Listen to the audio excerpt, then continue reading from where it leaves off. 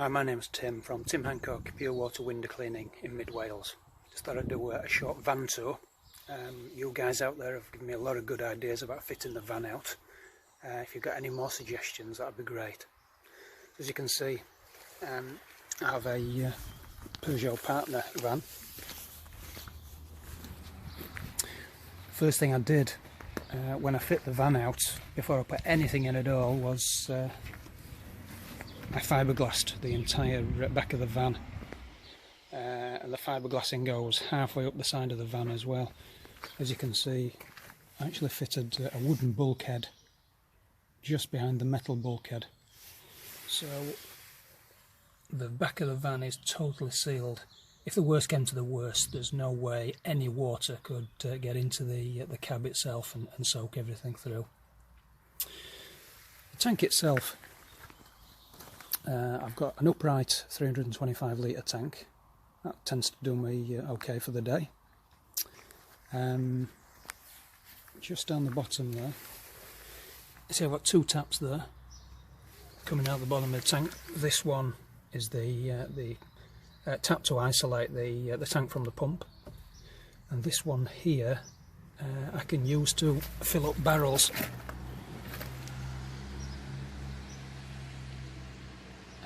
So that's been very effective.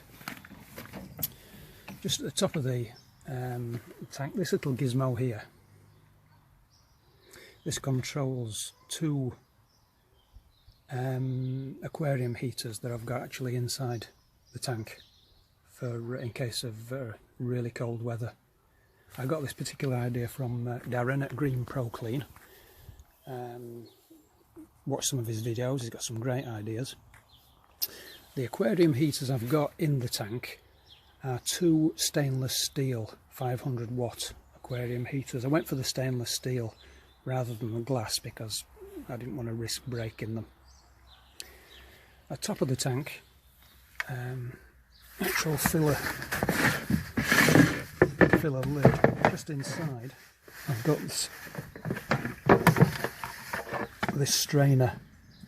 Now this came with the tank, but I believe you can buy them separately. This has been really great for stopping all of the debris getting into the tank itself.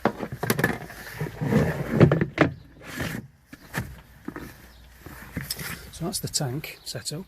Oh yeah, my trusty string shopping bag for keeping all my scrims and cloths in there. That's been the best idea of one of the best ideas I've come up with. It saves having boxes rattling around the van. As you see, I've got it set up as a one-man operation. So first of all, the hose reel I've got is from Pure Freedom. It's from the professional range, and it's a really good sturdy hose reel. It's been the best hose reel I've had, to be honest. And you see I've got it set up. I've motorised it, so I've got the motor back there, chain and sprocket. Big shout out for Squeaky Clean Dave. Thanks, mates. You give me a lot of help on and advice on that, so that's been really much appreciated. It's working like a treat as well. Hose reel itself, I don't know, cost around about £200 from Pure Freedom. All of the bits to motorise it, just under 50 quid. So the whole lot, 250 quid, which I didn't think was too bad. As you can see, I've got it set up on this stand. Raised up, it gives me a room underneath the bucket. If you're wondering what this is, it's made of plastic.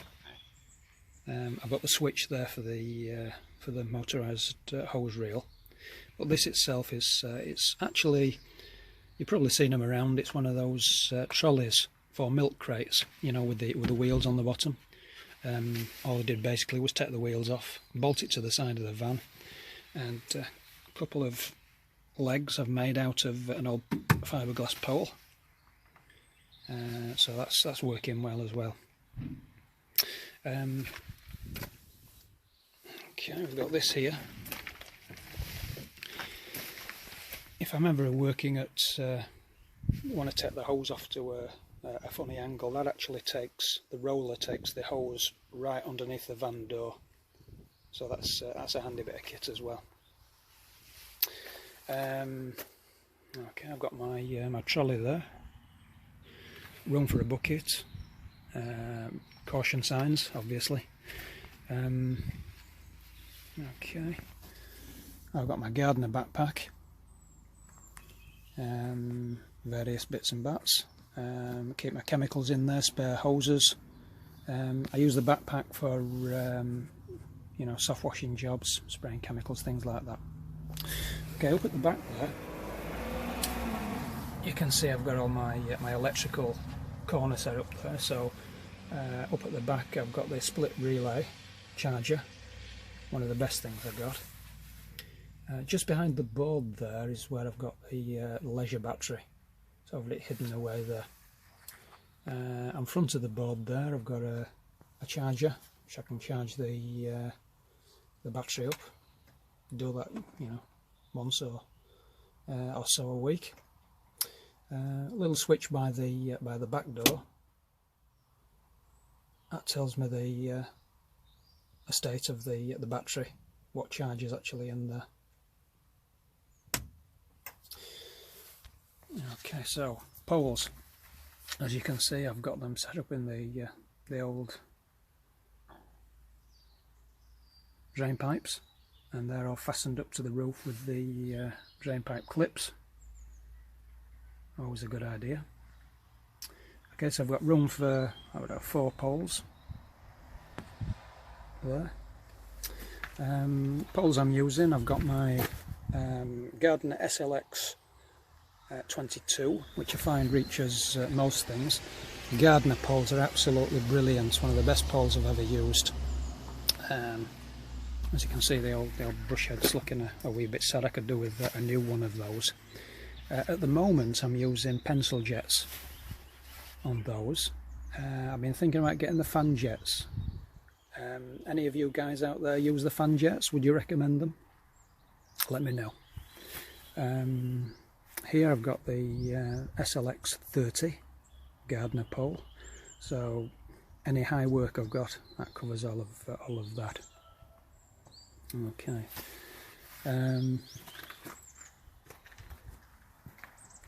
That's just about it, really. The old trad pockets on the back door there.